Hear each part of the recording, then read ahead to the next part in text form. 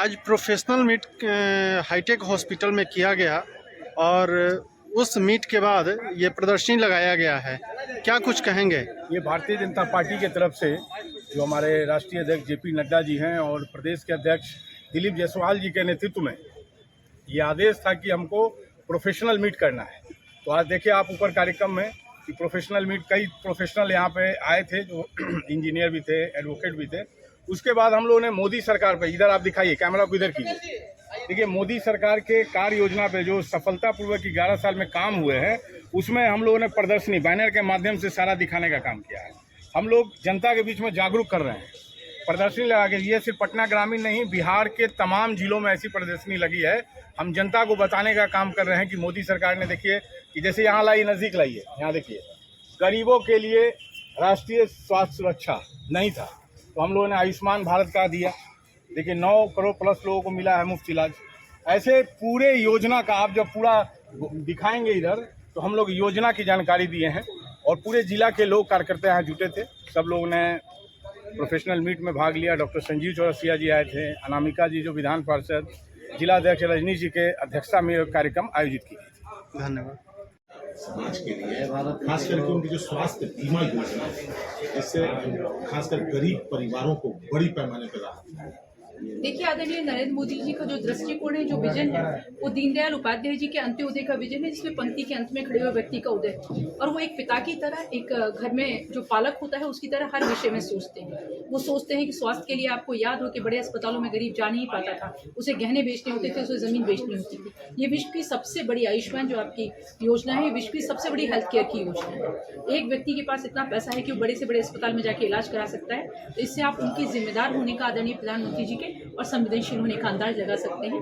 जो ये भी सोचते हैं, जबकि पता है कि तुष्टीकरण के तहत विपक्ष कितना नेगेटिव उनके बारे में फैलाता है, फिर भी वो 3 तलाक से अपनी बहनों को, मुस्लिम बहनों को मुक्त करते हैं उस नरक से, क्योंकि वो जानते हैं कि सनातन परंपरा में जो भारत में रह रही हर बहन इस बात के लिए सम्मान की पात्र है कि उसके लिए जो उसका पति हो वो जिम्मेदार हो और पत्नियों की श्रृंखला न खड़ी की जाए। वो इस बात को रोकने की चेष्टा करते हैं। वो इस बात की भी चेष्टा करते हैं कि कोई छोटा कारीगर है तो उसको विश्वकर्मा योजना के तहत उसके औजार दिलाए जाए, राशि दिलाई जाए, ताकि वो अपना काम कर सके। और बहुत विस्तृत रूप से हमारे भाई संजीव चौरसिया जी ने आपको बताया। आप हर दृष्टिकोण से देखिए, हर तरह से देखिए। एक किसान की बात हो, एक महिला की बात हो, एक गृहिणी की बात हो, एक कारीगर की बात हो, राष्ट्रीय राजमार्गों की बात हो, या पाकिस्तान में घुसकर ऑपरेशन सिंदूर करके ये बताने की बात हो कि अगर आप हमारी बहनों के सिंदूर को उजाड़ेंगे तो सिंदूर हमारे लिए एक बहन का पूरा जीवन है, उसका पति है, उसका परिवार है, उसकी आन है, शान है। और फिर भारत का भाई सीमा के मैदान पे लड़ने की बात हो या फिर हवा में जाकर मारने की बात हो,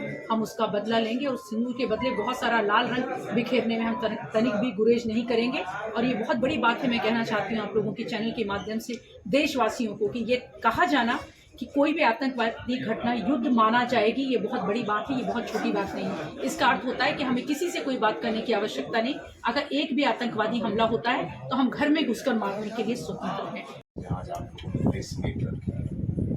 हम लोग के बीच में उपस्थित आदरणीय विधान पार्षद अनामिका पटेल जी, भाई जिला अध्यक्ष रजनी जी, प्रत्याशी और सभी उपस्थित थे। आज 11 वर्ष सेवा संकल्प सुशासन गरीब कल्याण हेतु माननीय प्रधानमंत्री जी ने, नरेंद्र मोदी जी ने पूरा किया है, इसके लिए उनको अभिनंदन और बधाई। निश्चित तौर पर यदि कार्यकाल को संकल्प के साथ, सेवा के साथ प्रारंभ किया और गरीब कल्याण हेतु जो सरकार को समर्पित है, 25 करोड़ से ज़्यादा लोग जो है वो गरीबी रेखा से ऊपर आने का काम है। ये बड़ी आग्रह है कि कांग्रेस के समय का गरीबी दूर करोड़ जो हमारे रहते थे वो पूरी तरह से फर्जी हुआ करते थे।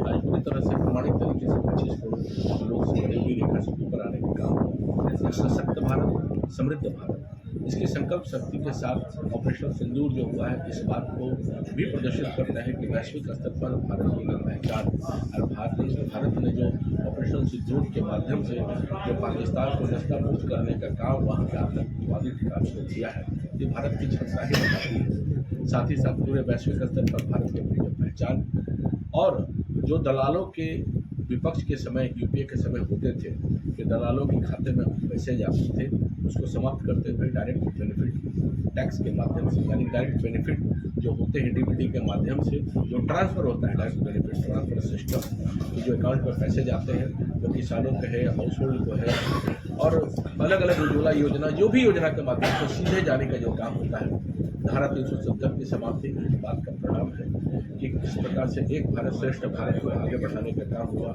विकास की योजनाओं के लिए, सड़कों के निर्माण के लिए, एम्स के निर्माण की जो बढ़ी है संख्या, वो भी आपके समक्ष है। शिक्षा के लिए, यानी कि शिक्षा, रोजगार, सांस्कृतिक विरासत, इन सब विषयों पर माननीय प्रधानमंत्री जी की संकल्प भारत की जो संकल्पना है बढ़ाने का काम कर रही है।